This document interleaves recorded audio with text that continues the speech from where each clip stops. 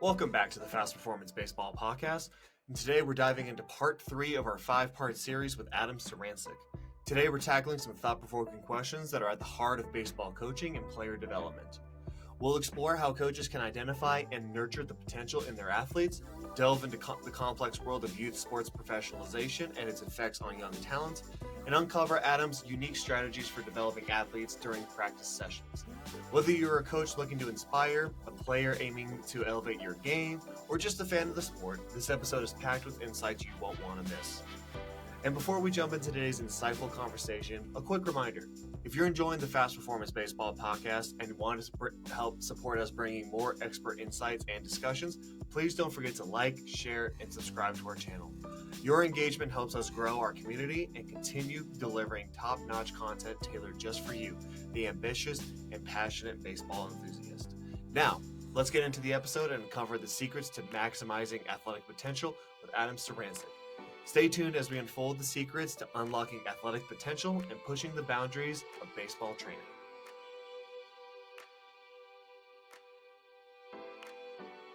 All right, we're back with part 3 of our series on the coaching champions with that. Coaching champions for life philosophy. This week we're going to talk about developing champions for life athletes, right? So now we're going to work on actually making good athletes, right? Yeah. So very much an overlooked part of, the whole process, considering that before we get to the player, we might have to consider the athlete first. Yeah. Right. So I mean, how you doing? I'm doing all right. I'm doing well. So, I mean, but yeah, like you said, Good. I think that's a often overlooked, aspect of training players, right? They need to be athletes before they become actual players, right? Like it's very tough to be a good Yeah. player without being a good athlete. Yeah. Yeah. Well, as we talked about last time, and we've touched on a number of times, the best athletes have the potential to be the best players, and getting Right. coaches to slow down and realize that is an important point. Before we get started, I want to thank the coaches again for tuning in and applying the mantra of getting better every day to themselves first, taking an hour or so to sharpen their axe, as we talked about last time, so that they can get better. But yeah, I think let's just talk about the mental approach here first, and that paradigm shift that we've been talking about, from just looking at your team members as players and thinking about, okay, how can I get these guys to play well, to win games and win championships? All right, to this person, athlete, player philosophy that we've been, talking quite a bit about, because it all goes together. And as we'll see today, as we get into the practice plans, uh, it's a constant mindset that you have to have, that I'm at all times coaching the person and the athlete and the player. Okay, I've got to connect with the person and support and validate the person before the person will trust me to learn what I want them to learn, before they'll adopt my philosophies. When I'm watching this person play, okay, I might see a result that's not good, but instead of immediately jumping to, wow, that person kicked the ground ball, he's got to get down on that ball, he's got to get the glove out in front of the eyes, he's got to get his back flat, wrist flat, etc. Maybe I got to start by looking at that person as an athlete and saying, can they do that? Can they get in the positions that I want them to get in? Can they move well enough to get there? So we have to remember that at all times in our practices, person, so that they'll trust me; athlete, so they have the ability to do what I'm asking them to do before we get to the player. Okay. Um, when it comes to the person too, I have a philosophy that before you can get, or the first step in getting a person to believe they can be a great player, is to believe that, get them to believe they're a good person. All right. So that's foundational, and it goes through everything. Um, let's just say a pitcher, for example.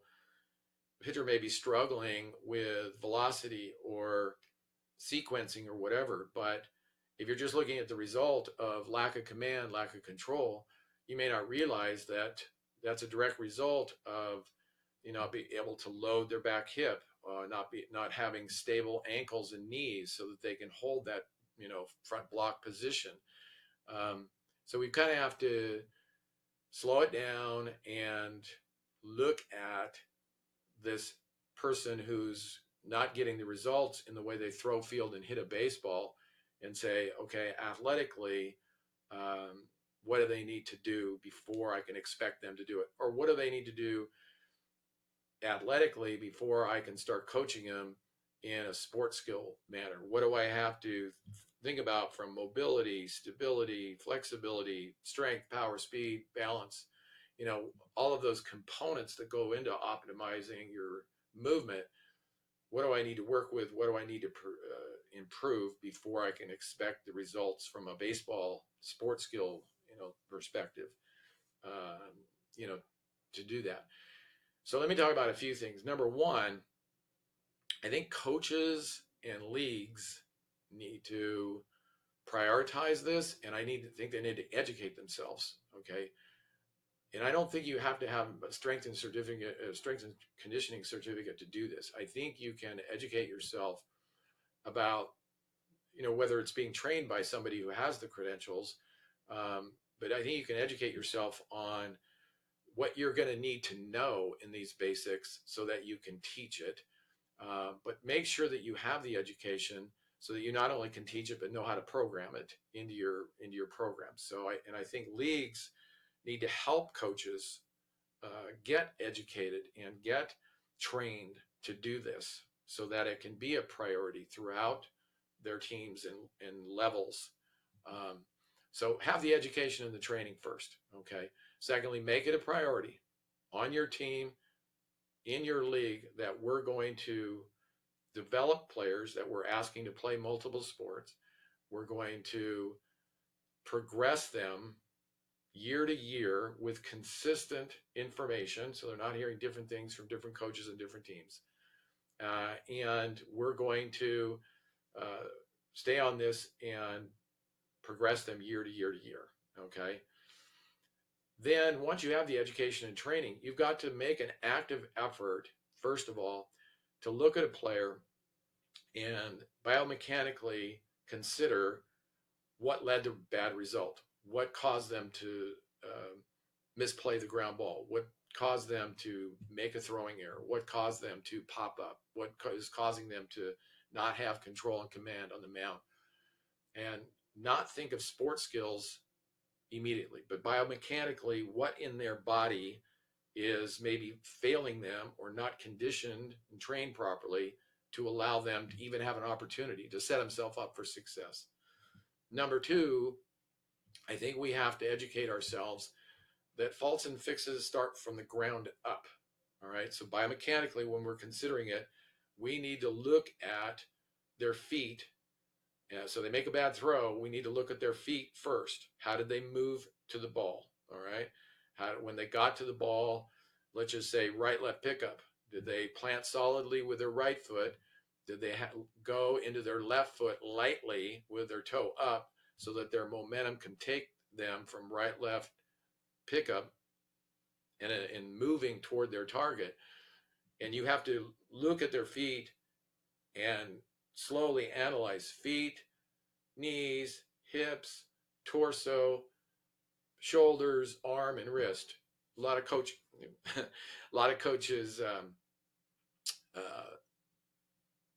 look at the result of the throw, for example, and they're immediately going to go to what they did with their hand and arm. They're never going to look at their feet. All right. So biomechanically, we have to realize that faults and fixes start with posture, balance, footwork, angles, both in how your body is positioned and how you're moving to and through the ball, rhythm and timing, posture, balance, footwork, angles, rhythm and timing.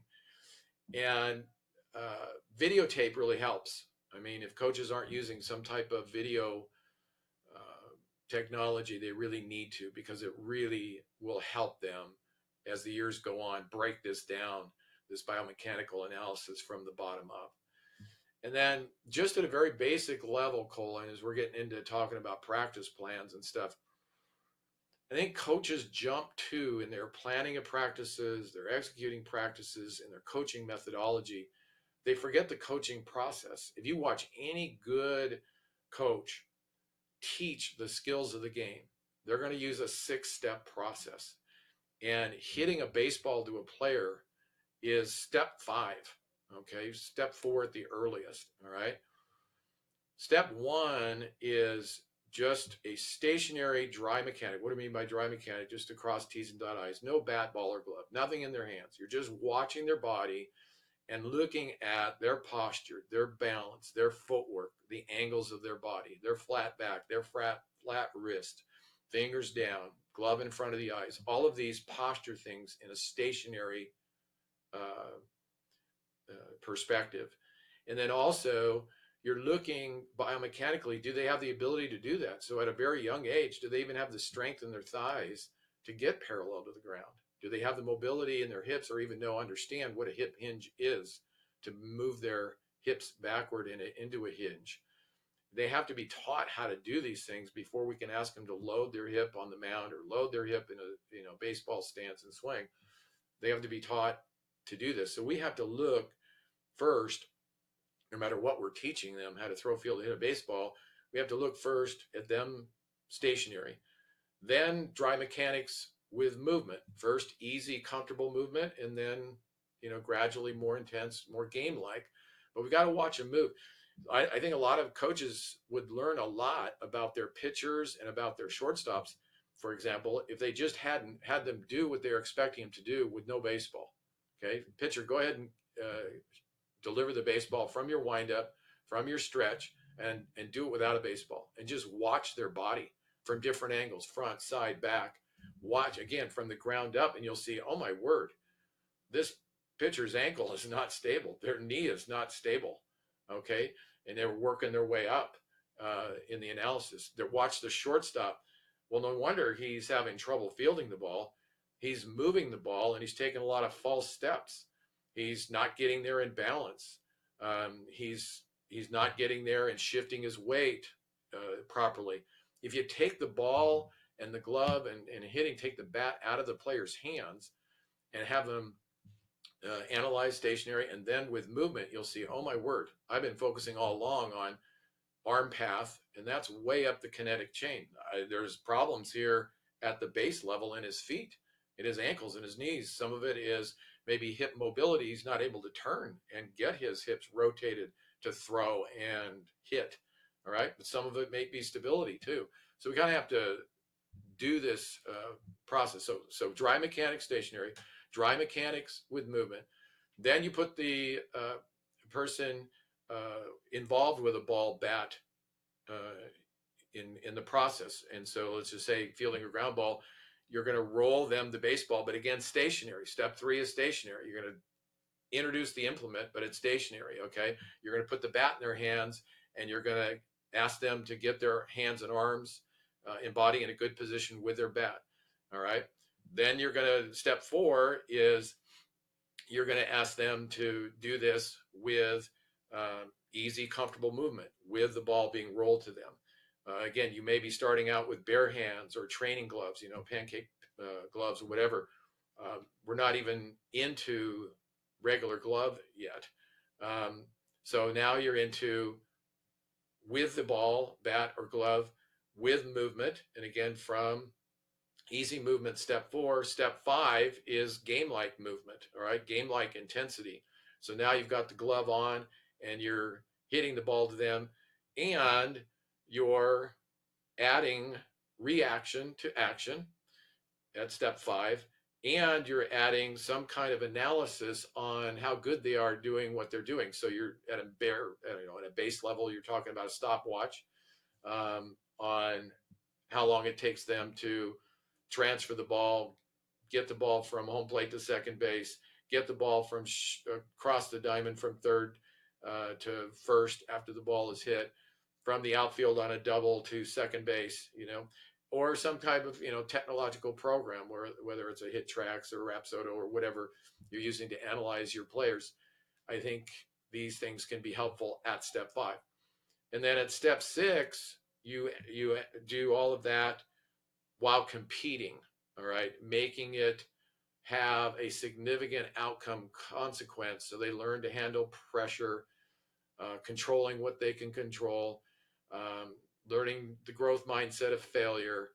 So using this 6-step process is so important to looking at the athlete and not just the player, because in starting with your dry mechanics, both without, say, the baseball or bat, and then with the baseball or bat, you can look at the player first and not just the result of what they're doing. All right, does that make sense? Yeah, and I think that's the approach that they need to have and what they need to remember. And I think so many coaches just jump right to, you know, throwing fly balls, hitting ground balls, having them do the actual skill, and they never slow it down and break it down into these kind of steps from a teaching point of view so that they can actually analyze the player first as an athlete. Building on that, is this, I'll have follow up for that is, you know, what are some of the challenges you see in recognizing potential and how do you often overcome them? We got, guys who, you know, it's like who hasn't grown yet or he hasn't, reached his peak potential, but you see it there. You're like, oh, this kid's got something. But like others just kind of fail to see it or he fails to recognize the potential in himself. How do you, coax that out of them and get him to overcome those challenges? Well, I think first of all, yeah, you have to understand who you're working with at the level and at the age. And again, chronological age is not the same as developmental age. Okay, a lot of players maybe have played for a long time, but they haven't been taught the right way. So they may be 12 years old, but developmentally they need a lot of foundational stuff that they need to go back and do that they should have done it as an 8 and 9 year old. But you have to recognize, I mean, I use my granddaughter as an example. She's 12, but she's as taller than a 14-year-old. So she's hit a growth spurt very early. And I've got to be very aware of that and how I train her as an athlete. And I've got to also hold my expectations of her learning curve very reasonable. Okay. But at the same time, we have to prioritize the athletic piece. She may not be able to do the sports skill piece um, as quickly as I would like her to for her age. I need to spend more time, and I do spend a lot of time with her as an athlete, getting her to optimize her movement, getting her to be comfortable with how she moves. Because I think a lot of times players are themselves, just like coaches, are looking at the results of not hitting the ball well, not fielding the ball well, not throwing the ball well. And they don't understand a lot of it is they haven't had a sufficient onboarding of physical conditioning and training to do what they're asking to do. Baseball is very, very difficult to play. I mean, it's not a matter of just bouncing a ball, shooting a ball, or kicking a ball or whatever. There's lots of things that have to happen simultaneously and in sync for the result to be good. So I think you have to understand the age, developmental and chronological.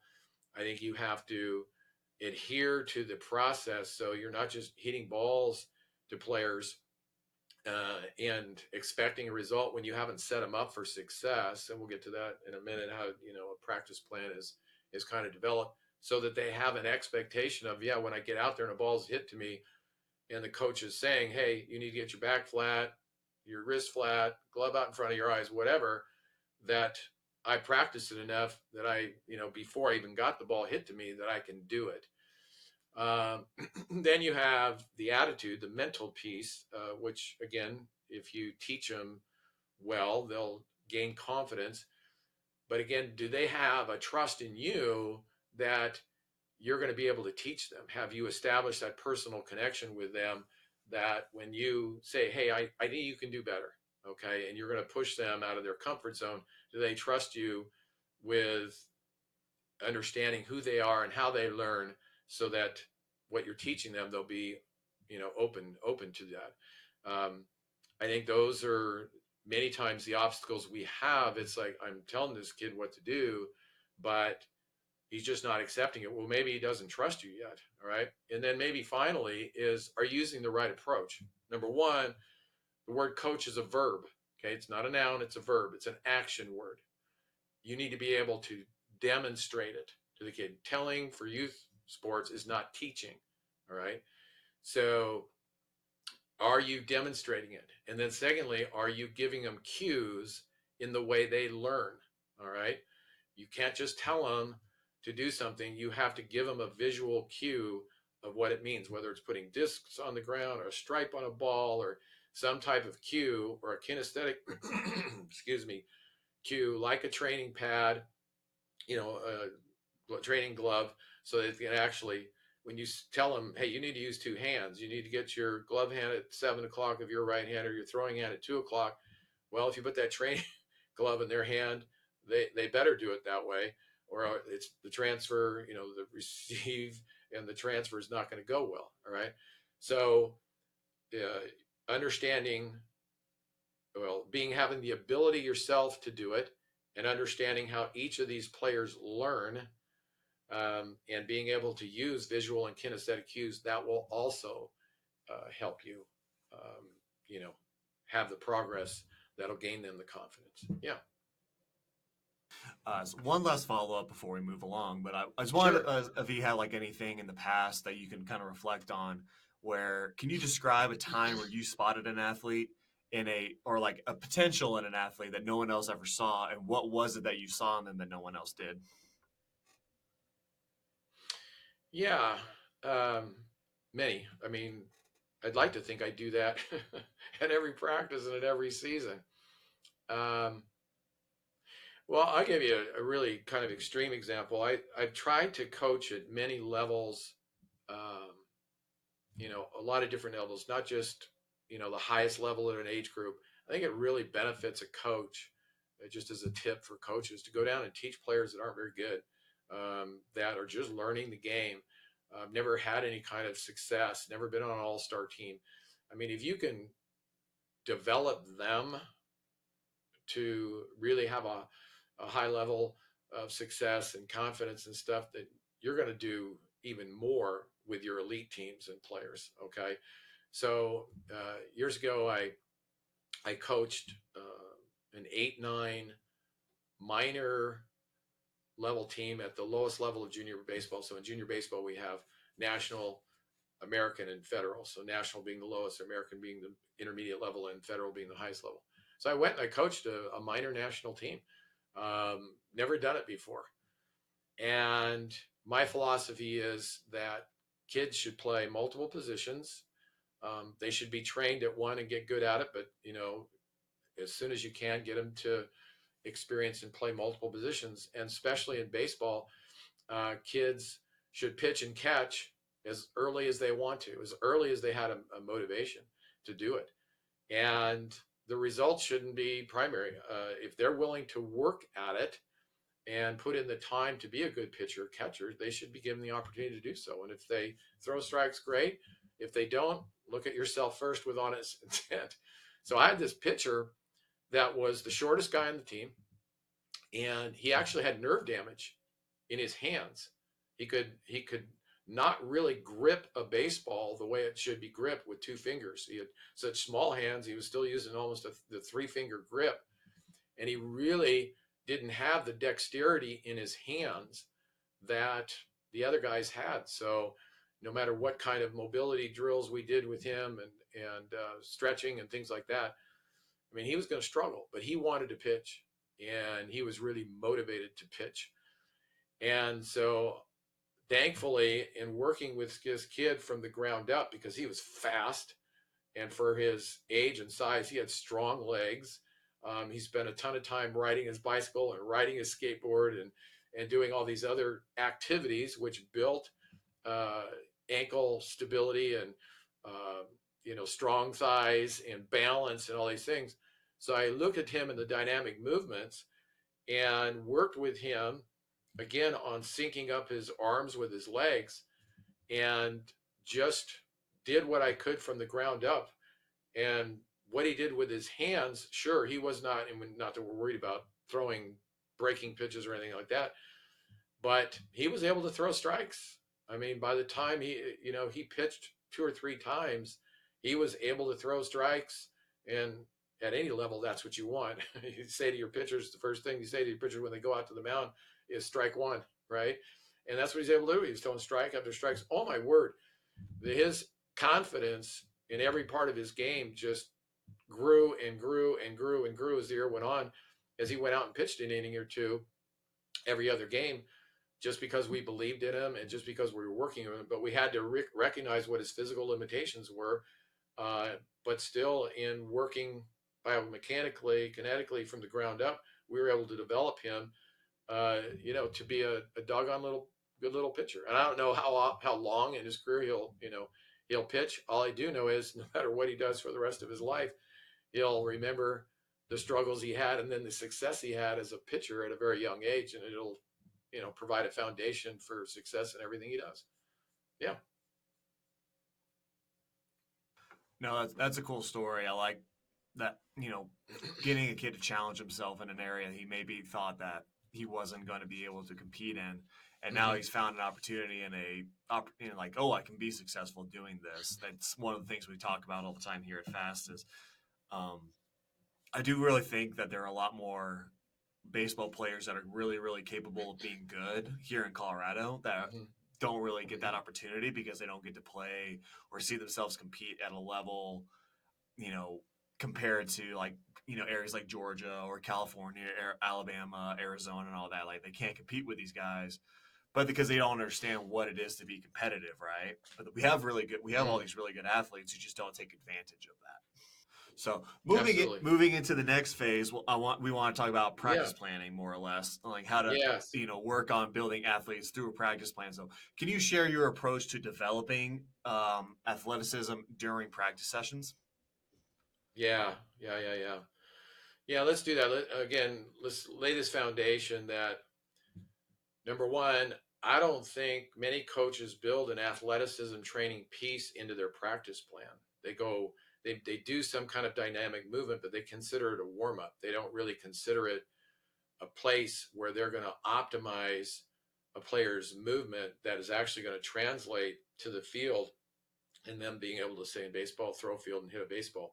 So I think the first thing they have to do is they have to dedicate enough time and a specific portion of their practice at the beginning to assessing first early in the season and ongoing, assessing and developing these athletic abilities that we're going to rely upon when we get to the field. Um, I think one of the reasons coaches are doing that is they're prioritizing winning games and championships. And maybe just at a base level in baseball, they're just playing way too many games. All right. I honestly think a baseball player, and this I think goes back to the point you just made about players not really realizing the ability.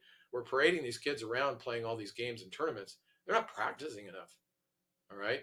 They should be practicing 2 hours for 2 to 3 hours for every hour at a game. All right. And that it's just the opposite in baseball. If you actually break it down, they're playing as many or more hours in games than they are in practice. And the time spent at practice is actually on developing uh, team strategies and tactics to win games. It's not about developing individual skills. So players go off and they hire personal trainers, um, or work with dad, or somebody off to the side, and then you wonder why mixed messaging goes on, or the players overtired, or they go and join a second team during the season to try to get some coaching, or playing time at other positions that it's going to help them out. So I think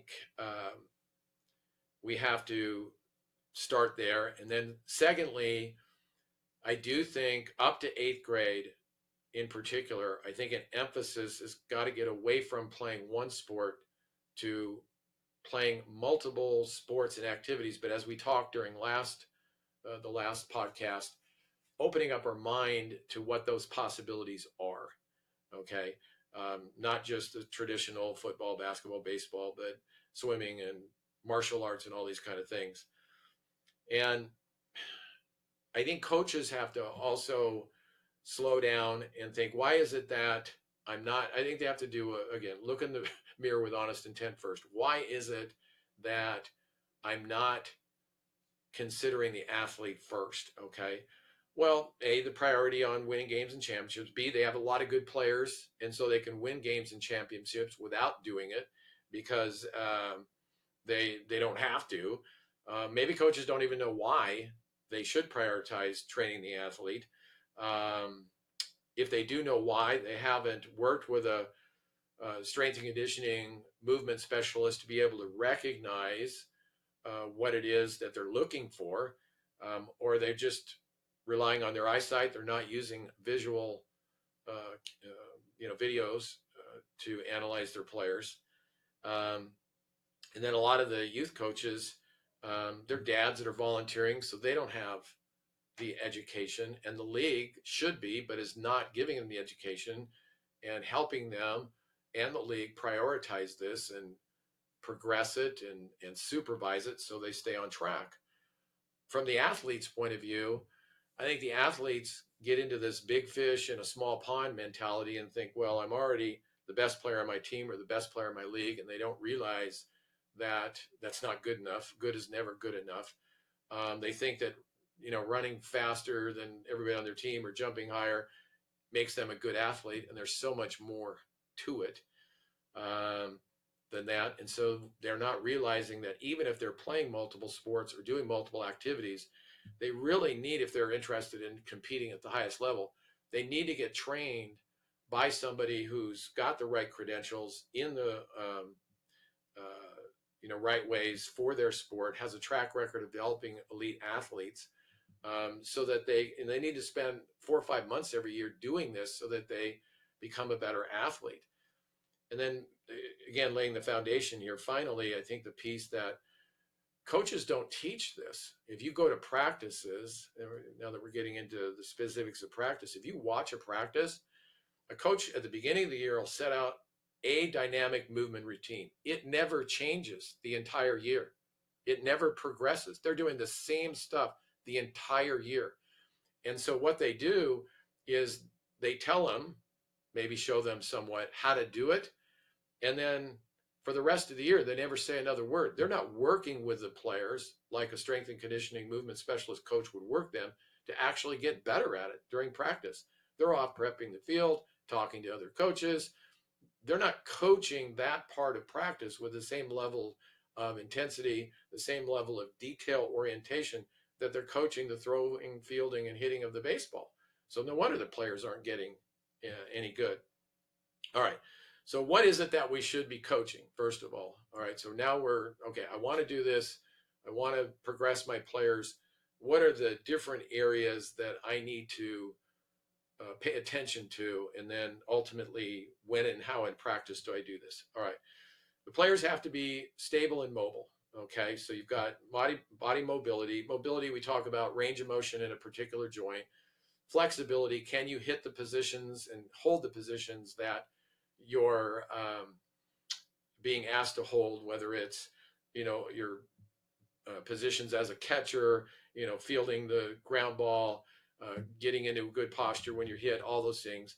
um, Stability, like we talked before, ankle, knee, hip, so that when you throw and field, you're stable. um, all of those things, and it includes balance, and includes um, core work as well as joint work. So all of that needs to be addressed. And then secondly, how they move, and how they move needs, in a coordinated manner, that they're using their arms um, in sync with their legs, in a contralateral manner. Um, and then can they do that smoothly and quickly, and then ultimately with some power, explosiveness.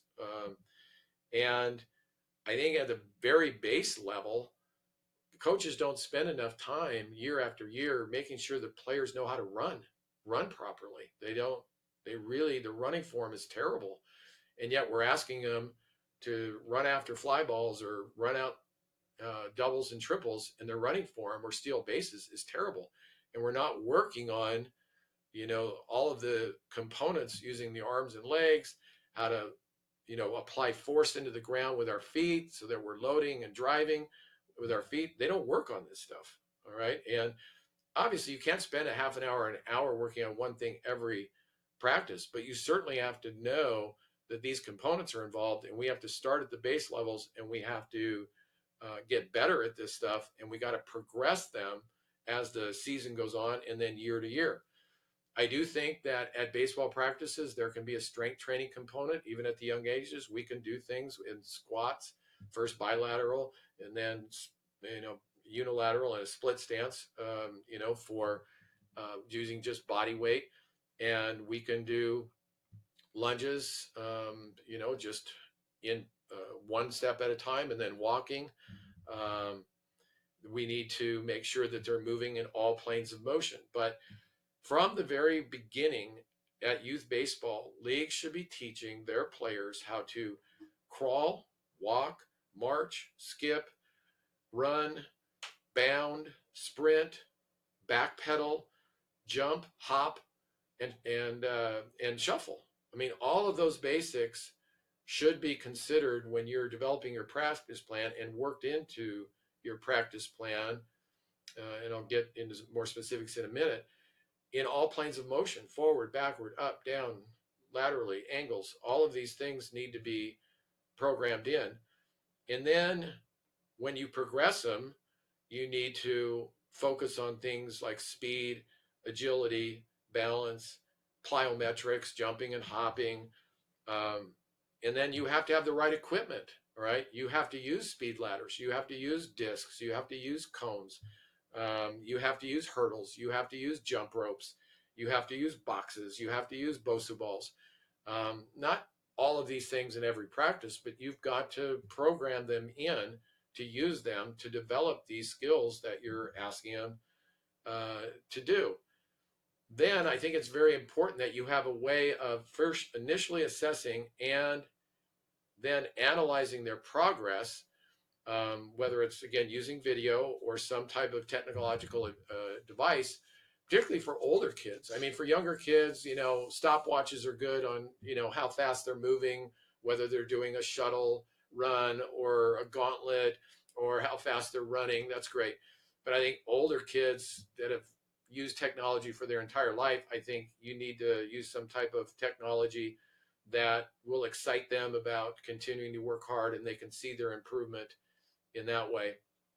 One of the most overlooked parts that absolutely is foundational for everything is breathing. Coaches don't work on even breathing properly when you're running or whatever. Breathing before, during, and after competing is hugely important for relaxation, for focus, for the ability to recover. Okay, breathing never gets talked about, never gets worked on, and yet the first thing I do when I'm doing anything, like say a skip, is I say, okay, here's how we're going to use our hands and arms, but also here's the breathing pattern that you need to be using while you're doing this.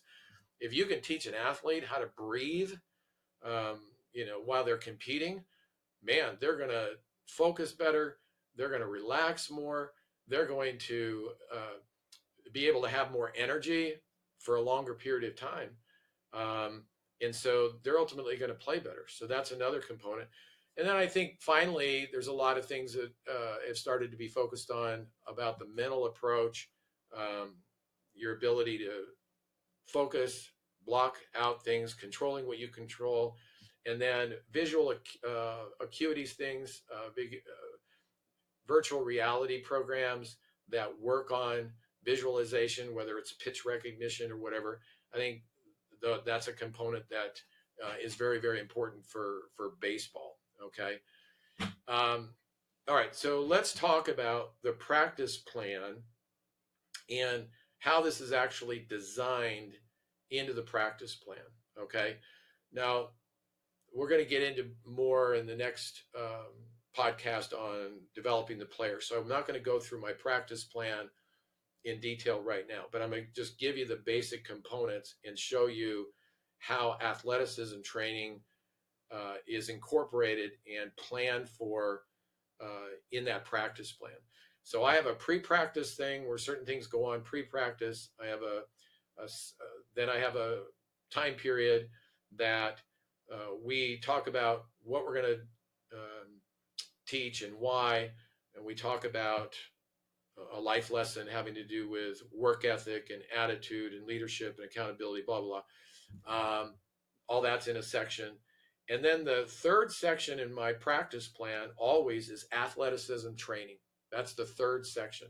Okay. Um, and it has 5 different parts to it. 5 different parts. The first part is dynamic movement and stretching. Okay. And I say dynamic movement and stretching because I usually start my guys in a linear manner, whether it's crawling, walking, marching, skipping, and then that's going to be followed by some kind of linear stretching, say a quad stretch walk, where they're putting a left hand on a hip, grabbing the laces of their foot with their right hand, and sinking into their glute and their hamstring on the left leg, and then pulling the right leg behind them with an arm overhead and tilting forward. That would be at a more advanced level. But anyway, that's a you do some kind of movement followed by a stretch, okay? And you're going to do that in all planes of motion. You're going to do a bunch of linear stuff first in movements. You're going to do a bunch of linear stretches. Then you're going to do it laterally and then at angles, and again forward, backward when appropriate, okay? The other thing that is very, very, very important, Cole, for youth leagues to do and to remember is we need to have each of these things set out for coaches to use and be educated about, and for us to supervise and monitor and progress at different levels. So you're going to have dynamic movement and stretches for, say, your 10U players. Then you're going to have dynamic movement and stretches for your 12U players. And then you're going to have dynamic movement and stretches for your 14U players. And that's true for all 5 of these areas. But you're going to progress them to doing increasingly more complex, more challenging things year to year. Okay. So, and even as a 12U or 14U person level, again, that's a chronological age, may not be a developmental age. We have to be very careful as coaches that we don't skip to an intermediate or an advanced level dynamic movement or stretch before we're sure they've mastered the foundational ones. All right. And this is true for everything. So we got to be very careful that, oh, they're 14, so I'm going to do bounds, for example, lateral and linear bounds. Well, that's way down the chain of progression. So maybe we need to regress them back into some foundational stuff, and just generally in amping up the intensity of the program, it's always good to start with foundational stuff. But dynamic movement and stretching in all planes of motion, and categorized by somewhat chronological, more developmental is number 1. Okay. Once I'm done with that, I move to explosive steps. All right. So what do I mean by explosive steps? Well, we've got to get the body ready to move quickly and explosively. So foot fires, hot feet, um, even backpedaling. I don't think in baseball we use backpedaling very much. So, but it is something that can teach a player how to drive off the ball of their foot. So that's in my explosive step section. Chatter steps, well, that's a baseball footwork thing. But we need to have explosive steps so that they are priming their neurological system and body to move quickly and explosively. The third section is baseball steps. Okay.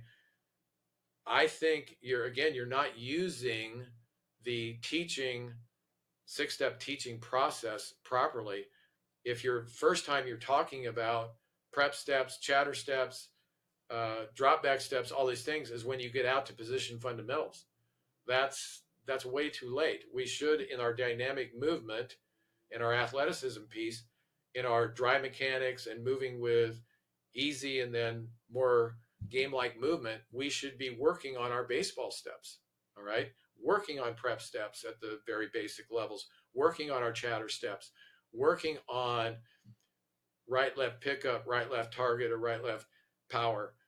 Before we get to position fundamentals, we got to make sure in our assessment and training athletically that we're training our baseball steps again at a basic level, replacing our foot. So, foot replacement drill, or making our pivots box shuffle drill. Um, all of this stuff needs to be trained athletically in our athleticism piece before we get to position fundamentals, before we get to team defense. So there's a lot of baseball footwork stuff that we're waiting too long in the practice plan to get to. And when we get to it, we're just telling them, we're not teaching them, we're not doing it in a progressive manner. So we're just telling them, hey, get your back flat. Hey, right left pickup. Hey, right left toe up. When you're fielding a ground ball, we're telling them all this stuff, and we haven't worked on it in our in our athleticism training piece, and we haven't really coached it with them. All right, then number 4 is ab core. I think that's very, very important. Some of the mobility for core is done in our dynamic movement. There's a lot of torso and thoracic movements in our dynamic movement pieces, but I think we've got to have a section where foundationally we're working on our different planks and things, and then we're progressing it to things with movements like shoulder taps, or planks that move like lateral high planks, things like that. So we're progressing them. But I think it's very, very important that we have an ab core piece. And then section 5 is always some kind of joint mobility, shoulder mobility, movement prep to throw a baseball. So you have to have a section on shoulder mobility and stability. So at the lower levels, we're just doing arm movements with our glove or with baseballs to work on different shoulder movements, and then they're followed by some static stretching. But the piece that gets overlooked is the rotator cuff movement. So at the basic levels, we're doing forearm presses with our hands palms facing each other, palms facing you, and palms facing away, where you're pressing your forearms together for 5 seconds and then working up in each of those 3 positions to fire up our rotator cuffs. At the intermediate level, of course, we're doing abductor and adductor band work. At the advanced levels, we're doing some of those same things, but more advanced band work. And we're doing med ball throws with weighted plyo balls and things like that are done at the middle school and high school levels. So those are the 5 sections: dynamic movement and stretching, explosive steps, baseball footwork, ab core, and then shoulder mobility and stability. That's section 3, all right, in the programming. Then section 4 is base running. And again, this is where you should have started training them about how to use their feet, how to run, etc. Section 5 is my throwing and receiving progression. Okay, and I'll get into the specifics there later. Section 6 is position fundamentals. And again, we're talking about, we're building on the things that we've worked on in the athleticism training piece. So when we get out to working with how to field a ground ball, how to throw a ball, how to hit a ball, we're building on concepts that we've already started working on and discussing and progressing in our athleticism piece. And then we do some hitting as the next section. And then we do team defense after that. And then the last baseball piece is a game simulation or a scrimmage.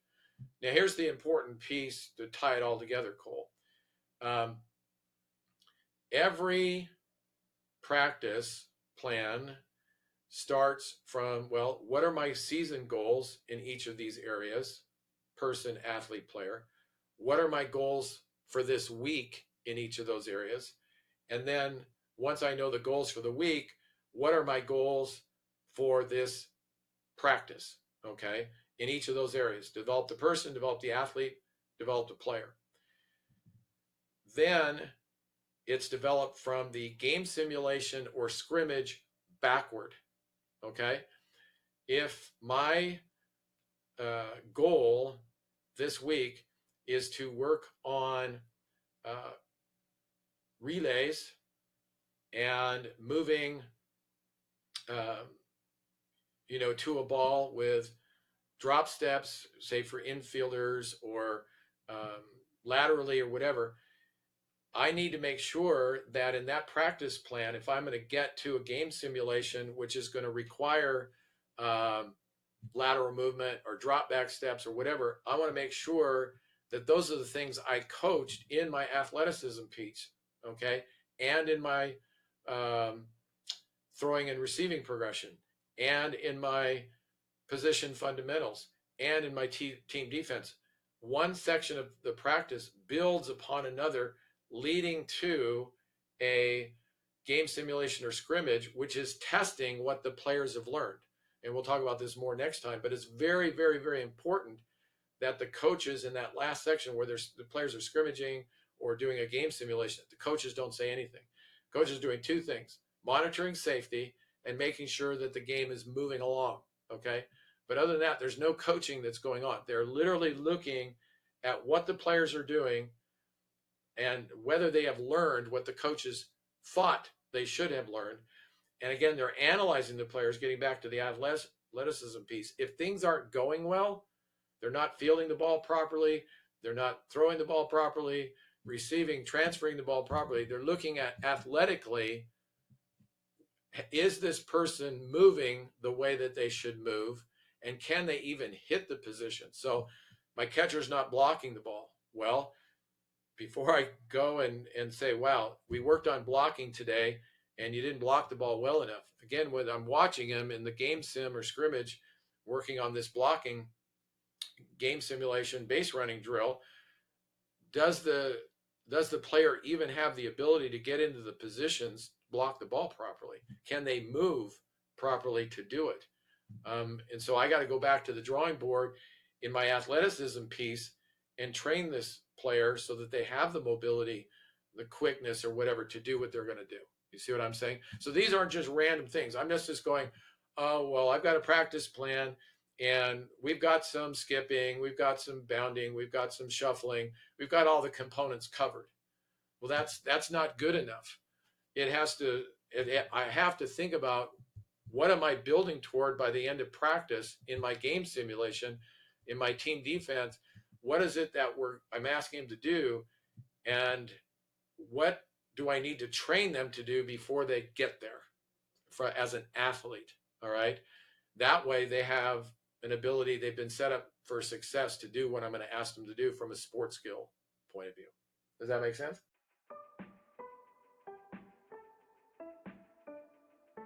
We hope you're thoroughly enjoying the conversation with Adam Sarancik as we navigate through some of the most pivotal aspects of baseball training and player development.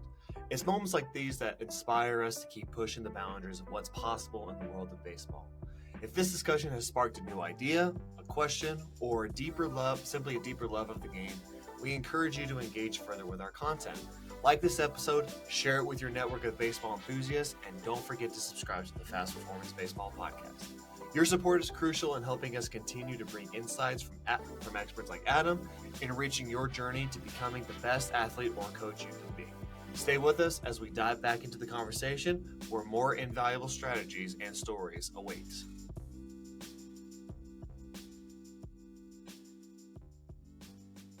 A follow-up to that, though, is, something we talk about, like we have this progression and everything like that, like how are we stepping up in our practice sessions. But what are methods that you utilize to provide feedback and evaluate progress during these practice sessions? Because we can give them all, hey, here's what you need to do today, but how does an athlete know when they're actually doing it correctly and then they're thereby progressing through that action? Right. Number one, they'll start seeing better results right away when when they'll feel it in their bodies that, oh, wow, I can just feel myself moving better. I can see that I'm throwing and fielding the ball better and more consistently. So they're going to get results. Number one, if you're teaching sound fundamentals with sound mechanics, they're going to get better results. All right. Number two, um, they should have benchmarks. All right. They've got at say one level from the time the contact is hit to the time the ball is fielded at shortstop and thrown to first base and received at first base, you've got 3.9 seconds. From the time a ball is hit to the outfield and a batter's going to get to second base, you've got 7.9 seconds to get the ball to second base for the tag to be made. So they need to have benchmarks at a bare minimum with a stopwatch. Um, how fast I need to run to first, how fast I need to transfer the ball as a catcher or an outfielder, how fast I need to throw a ball from the time it hits my mitt as a catcher, time it's received at second base. They need to have benchmarks. How fast should I run from home to first? Those kind of things. So I think it's very important that they understand the standard. What's a good standard? All right. Uh, what's a good 60 time for a high school player? They need to know that you've got to run sub 6. All right. As a high school player, there's benchmarks for L shuttles. There's benchmarks for throwing med balls. There's as a hitter, what are the benchmarks going up for exit velo?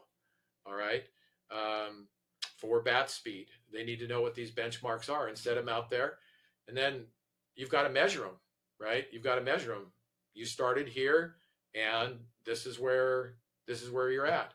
Um, they'll also get some feedback when you have competitions against the players, against the clock, whatever. So you're not just hitting ground balls, but you're actually putting base runners involved. So they have to actually throw a runner out. So you have to have them experience success. You have to have them know what the benchmarks are. You've got to get a baseline to start with, and you've got to progress them, and they've got to be shown through some means, stopwatch or technology, that they're progressing.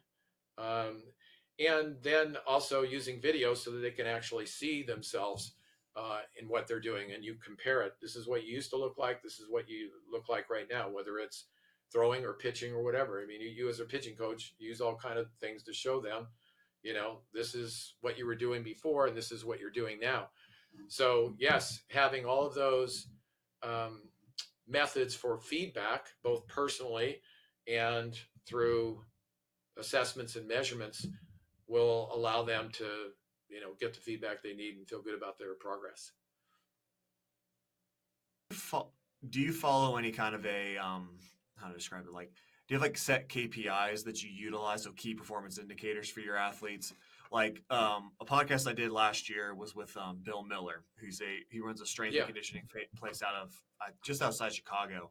But he's big on these KPIs where, like, if you want to be a 90-mile-an-hour thrower, for example, right? Here are some like specific metrics that, like, are they required? No, but they're like good indicators that you could throw hard, right? Like how hard could you throw like a shot, like take a medicine ball and do a shot put with like a 6-pounder, an 8-pounder, and a 4-pounder, and based on that correlation, there should be, like, if you can throw these things hard, you will naturally throw a baseball hard. Like if you want to throw 90, or same thing with hitters. Like, do you have like a set like standard of KPIs for your athletes that, like, hey, if you want to be at this level, here are these things that you need to hit metrically, like with lifts or with other explosive movements like vertical jumps or medicine balls type things.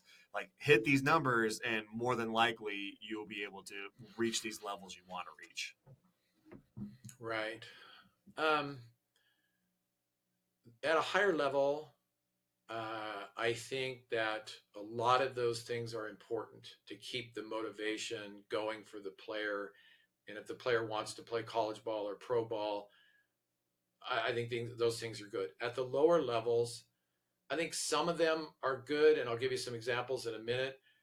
I think the emphasis should be on the process. Okay, if you start out doing the med ball throws with a 4-pound ball and you do it correctly, I want you to move up to a 6 and to an 8.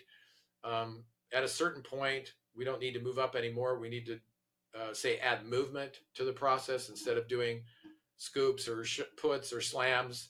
Um, Stationary, we need to add movement to it. So I'm more interested in the process and having them move up in the complexity of the process and having them adhere to the process over time. And the metrics tend to take care of themselves, but I do tell them at a base level, um, you need to be able to throw a baseball from deep third base, deep shortstop with no steps on a line to first base. As a youth baseball player, you need to progress to that point. Okay, just something very base. Um, you need to, have exit velo in excess of 90 miles an hour if you want to play college baseball, say for a high school baseball player. You need to be able to throw across a diamond as a shortstop or third base as a high school baseball player somewhere in the 80s, mid 80s, high 80s. You need to have that kind of velo. So I think some of these things are important just to set a goal out there, but there is a place for having an intent to throw hard. I think that's very important. You have to intend to throw hard, and training, having drills that scale for throwing hard and swinging the baseball bat hard. I think those are important, but I think they only come after the process has been learned and developed to a point well. So I have a saying: throw well before you throw a lot, swing well before you swing a lot.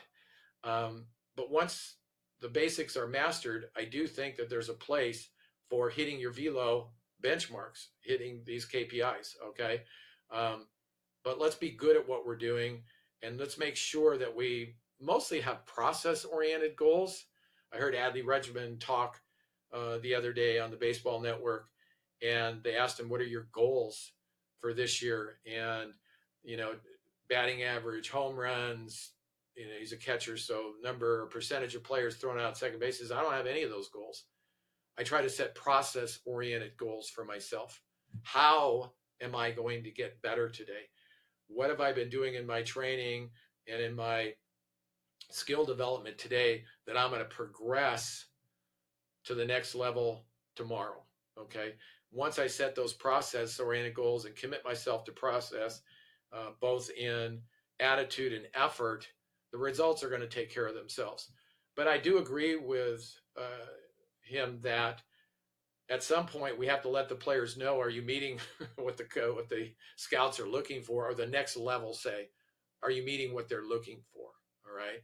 So, I mean, I'll use my granddaughter again. She's a U12 player. And so I go on national benchmarks, and I need, as a softball pitcher, she knows that she needs at U12 to be throwing roughly 40 miles an hour. And at, say, at the U14 level, the next level up, she's got to be throwing 45 to 50. So I think it's important that they have those benchmarks so they know where they stand and what the expectation is of the coaches and the scouts and things like that.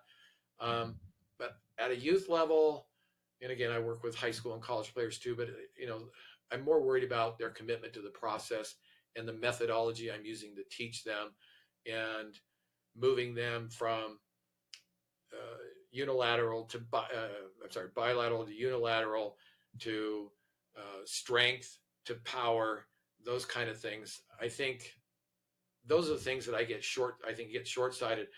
I go to a lot of these training facilities, Cole, and I watch players who are using expensive aluminum bats and are using hit tracks to see how hard they're hitting the ball. And they're hitting the ball pretty hard, above average or even elite for their age. But you watch, again, biomechanically and analyze them as an athlete from the ground up, and their mechanics are terrible. They've just got great hand-eye coordination. They intend to swing the bat really hard, and they kind of know either the ball's sitting on a tee or the ball's being thrown to them at the same speed over and over and over again, and they're getting these results over and over and over.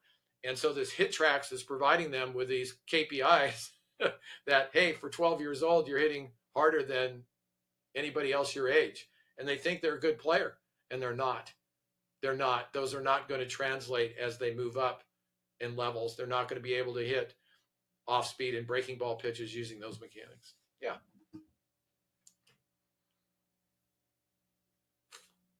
So moving into a controversial yet not controversial topic is what are your thoughts on the professionalization of youth sports, right? And how does that impact an athlete's development? Okay. Yeah, we'll make this pretty quick. We've discussed some of this in previous podcasts, but I don't think we can ever overemphasize it. And I don't know whether coaches listening to this one have heard our other ones, but I think we need to continue to beat this drum and to emphasize this point to our parents and to coaches and players. Um, Again, what we talked about before, let's just lay that foundation again. Number one, we have an obsession with sports in this country. I mean, we're just obsessed with getting ourselves on some kind of highlight and earning some type of athletic scholarship. That seems to be, from the time we start playing, the obsession of every parent for their kid is to, get them to play at the highest level, some club level team, going off winning lots of tournaments, and ultimately getting a college scholarship to play the sport. That's the obsession.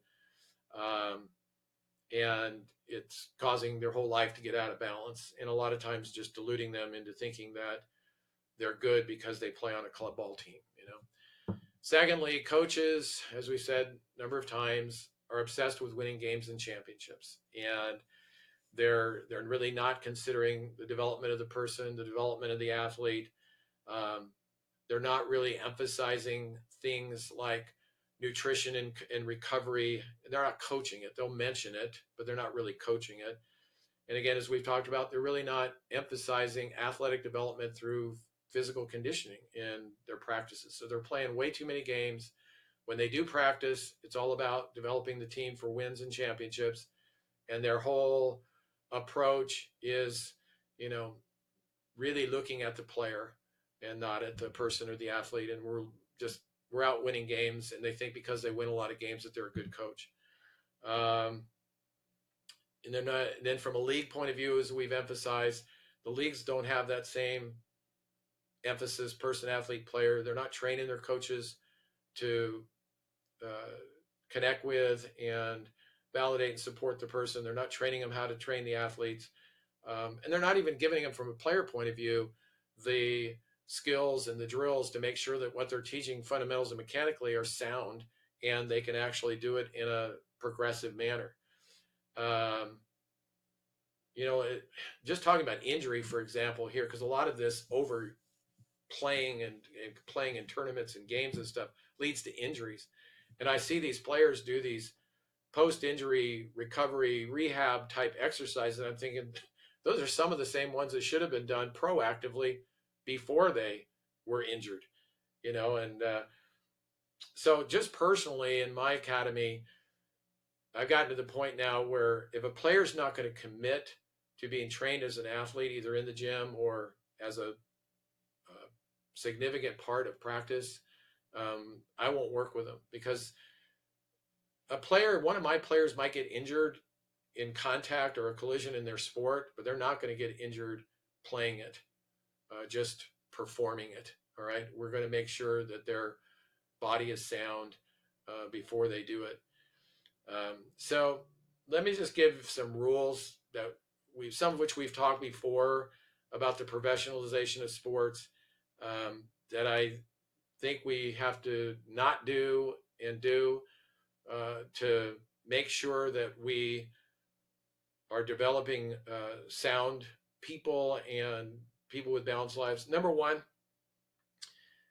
don't play on multiple teams in one sport in one season. Don't play for your league team part of the week and your club team on another part of the week. Don't play on multiple sports. Don't play in multiple sports in one season. Okay, stick to that one sport. And the athleticism training that is needed to be good in that sport, or just, as an athlete. Don't play one sport year round. Okay. Again, have time in your life for other things, including improving your athleticism. Okay. Um, take 4 or 5 months every year around playing sports and doing multiple activities to actually train to be a better athlete. This is middle school on up. Dedicate a chunk of time to go through a periodization program where you're actually getting better, optimizing your movement, getting stronger, getting more powerful, getting quicker, all of these things. And make sure you're working with somebody who's used to working with somebody in your sport. Making sure that you don't have a big fish in a small pond mentality. I'm the best player in my team, best player in my league, best player in my state. If you want to be elite, none of those are good enough. Okay. Make sure that your standards that you're having to meet are really, really high. And some of those KPIs can help with that. Make sure that your competition is really tough. A lot of times teams go off and win tournaments. They don't even realize that the players they're playing against are not really that good. They're just winning and beating teams that are got pretty average, mediocre players on them, right? So make sure the competition that you're measuring yourself against is actually really good, really elite. I'll tell you a quick story. Do we have time for a quick story in that regard? And I don't know if I've told this before, but I'll tell it again to illustrate the point. A number of years ago, I was at a club ball baseball tournament. Team from Portland, team from Salem, really elite programs, elite clubs. And I was sitting with 5 other coaches and scouts from all levels, community college up through D1. And we watched the game. And in that game, there were 22 players that played, 9 starters on each team and 4 subs. And scouts were recording in their notes and, using the radar guns. They had all this data at the end. So the game is over. And before they got up and everybody said their goodbyes, I said, just hold on a second, guys. I want to ask you a couple questions that I already know the answer to, but I want to be able to tell the story in years to come. And I said, of the 22 players that played in this game, this was at the very beginning of the summer that we watched it, how many of them are you even remotely interested in? And before they answered, I said, let me guess, the shortstop on the Portland team and the left fielder on the Salem team. Out of 22 elite players, and they all said, yeah, two, that's it. And I said, now let me ask you a follow-up question. I said, at the end of the summer, if you came back to watch these same 2 teams play, how many players do you think you would be interested in? And they all said the same 2. So we're not coming back. Why is that? He said, number one, these players think they're good and they're not good enough to play for us, tangibles and intangibles, as we talked about in the last podcast. And number 2, they're not going to go in their teams, their club ball teams, and work on anything. They're going to keep doing what they've always done and thinking that those skills are good enough. They're not really working. They don't realize the deficiencies that they have, and they're not working to improve them both as an athlete and as a player. So they're not going to get any better. Okay. So no, we're not coming back. Many times, as we have a saying, Cole, exposure gets you exposed, right? Exposure gets you exposed. And then finally, just to emphasize this point that we've said 3 or 4 times, make sure that you're living a balanced life. Make sure that in baseball wise, for every hour you're playing, you're practicing 2 hours. For every hour in baseball, you've got 2 to 3 hours outside of baseball. You're working on being a better student, not just getting your homework done, but actually improving your study habits and being a better student, challenging yourself, making sure that you're having to work really hard to achieve in baseball and in school what you're trying to achieve, that you're not just the best by showing up or doing what you do day in and day out, and making sure that you're taking time to get jobs and to do things off the field that are going to educate you how to, uh, get interested in a job and a career, and then just time to explore personal interests that you're going to have make you a better person. All right, doing volunteer work with no expectation of monetary return. So this kind of balance is so important to get out of this whole professionalization of sports, that I'm going to play a sport, I'm going to be on the best team I can be, we're going to win a lot of tournaments, I'm going to get to go to all these showcases to try to earn a college scholarship, and the rest of the time I've completely forgotten about myself as a person, and I've forgotten, even from an athletic sport point of view, I'm really not as good as I thought. So we've got everything out of whack. Okay. Can I ask you one quick follow up before we Sure. take off for the rest of this episode or close out this episode? But I'm always interested in something that we deal with here at Fast, and like I was talking about your Yeah. quote there about like, you know, our quote here is, the goal is not to be seen, the goal is to have something worth seeing, something like kind of building up Yeah. what you'd already noted there. Yeah. But Yeah. at what age do you think, like, say like we have a kid who wants to play baseball. He's totally dedicated to it. He's like, I want to play college. I want to go as far as I can, right? Give Yeah. whatever the stakes are. We're always really big on this, specialization versus not specializing. But like at some point, or what age do you think that a kid should specialize in baseball? That's like his ultimate goal, right? Like what I always say, for my guys at least, is, play as many sports as you can, or at least one or two, and then when you get to about 16, when you've kind of reached a level of maturity and a level of, I understand what it takes to get to the level I want to be at, then you can kind of start specializing, right about that junior year, that summer between the sophomore and junior year. Now he's like, all right, go all in on the baseball stuff, if that's really what you want to do.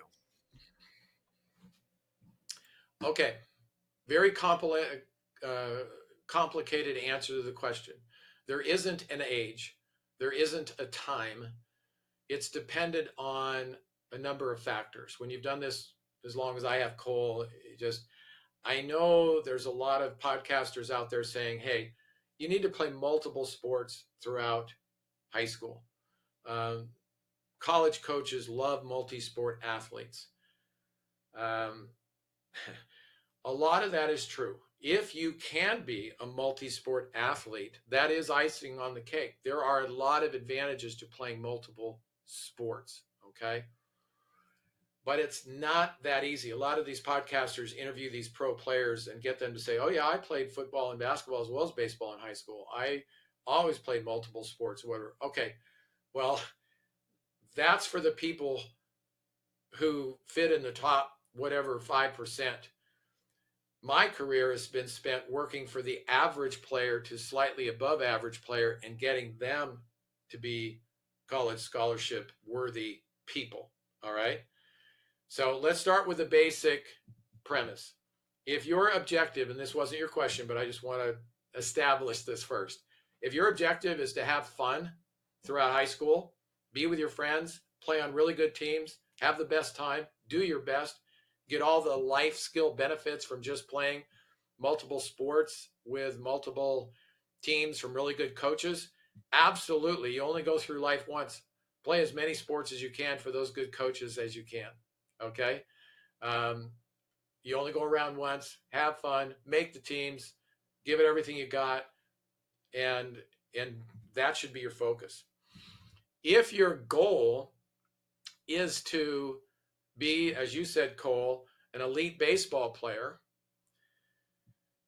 whether you go and play multiple sports depends on a lot of things. So let's lay them out.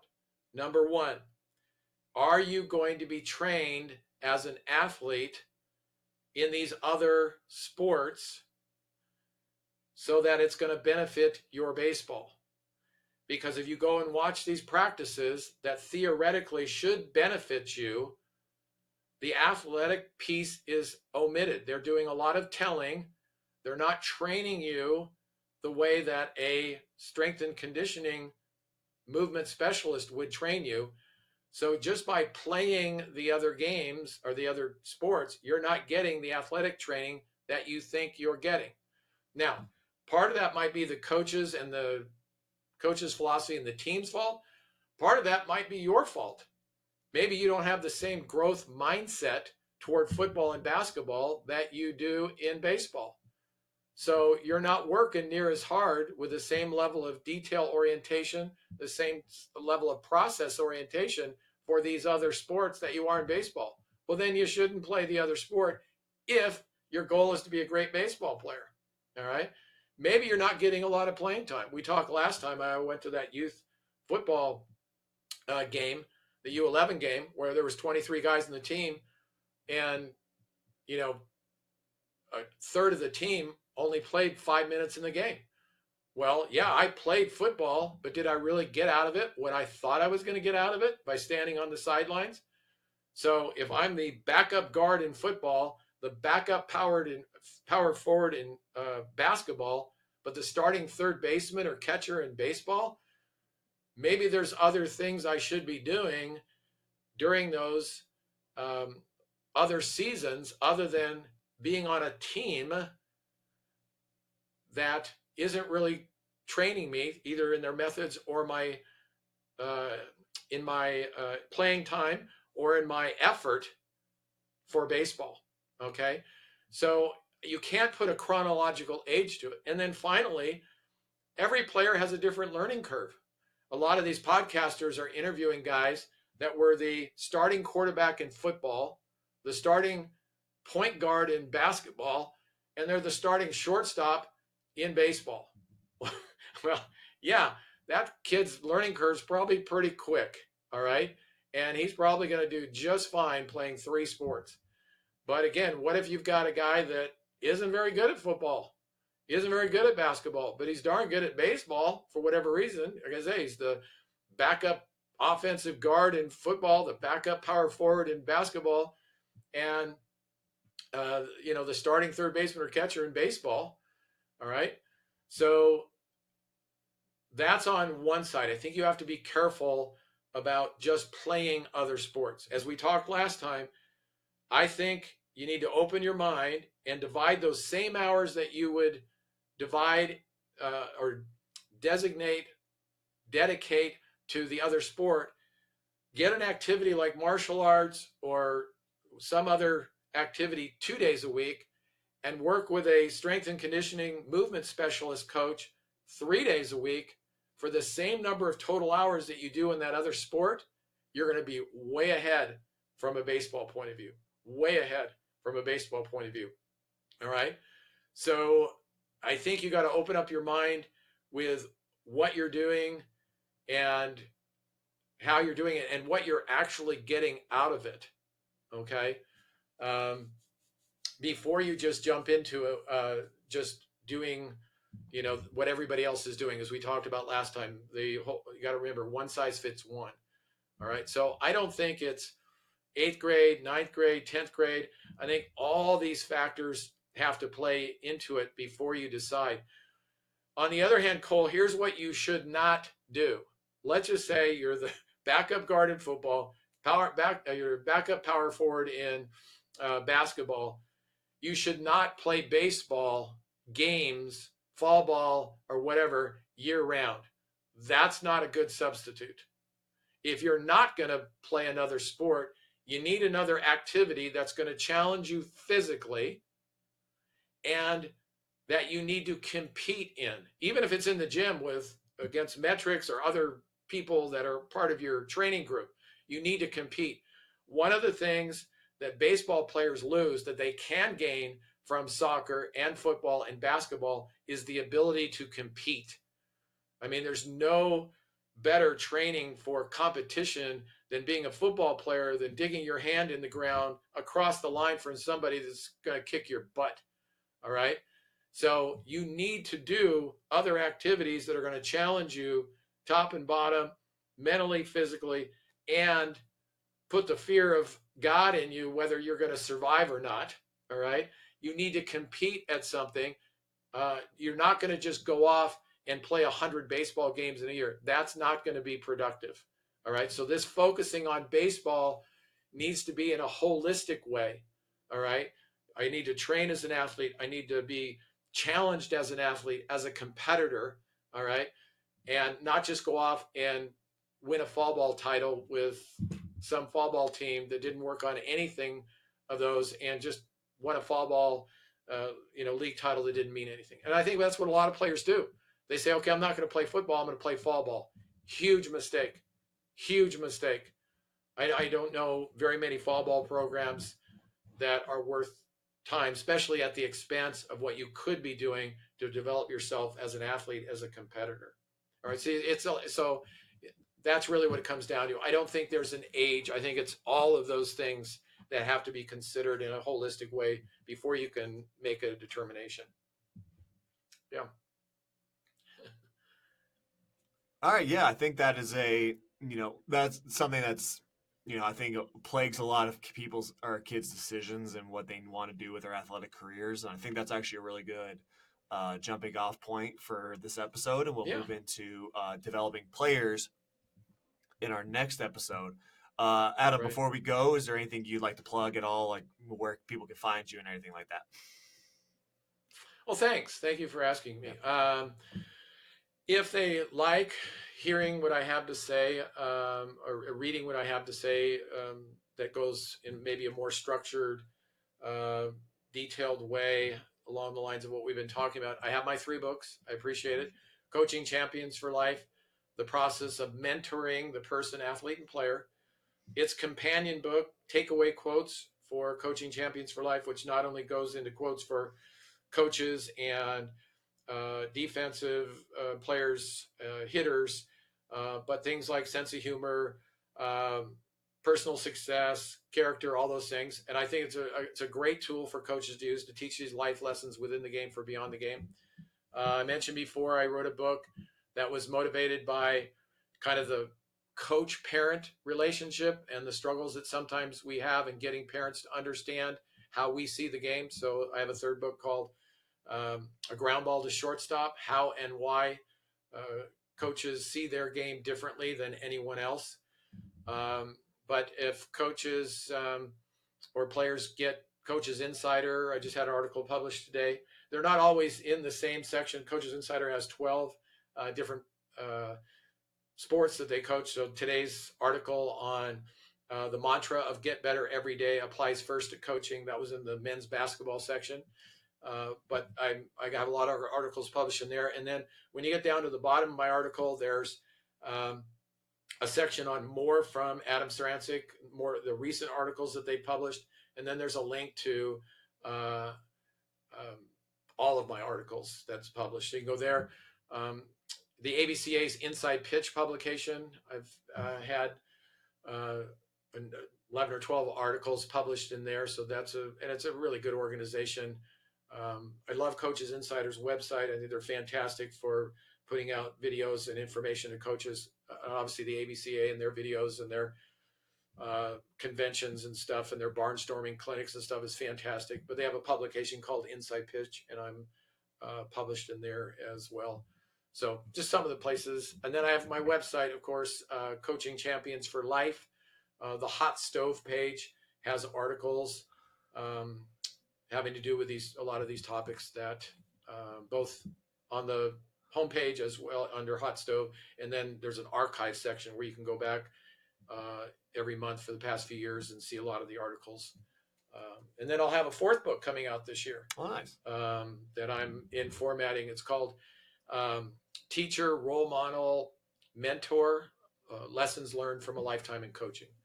So that'll be a book that's coming out later on this year. Wonderful. Thank you for asking. Yeah, that'll be good. So, all right, for Mr. Adam and myself, we will see you next week. Thank you for all for listening, and see you then. As we close out this episode of the Fast Performance Baseball Podcast with Adam Sarancik, we can't let you go without a couple of important plugs that will undoubtedly enrich your baseball journey. For those eager to dive deeper into Adam's philosophies and strategies, his books are available on Amazon. Each page is packed with knowledge and insights that can transform your approach to the game. We'll include the link in the episode description so you can make sure to check it out and get your copies today.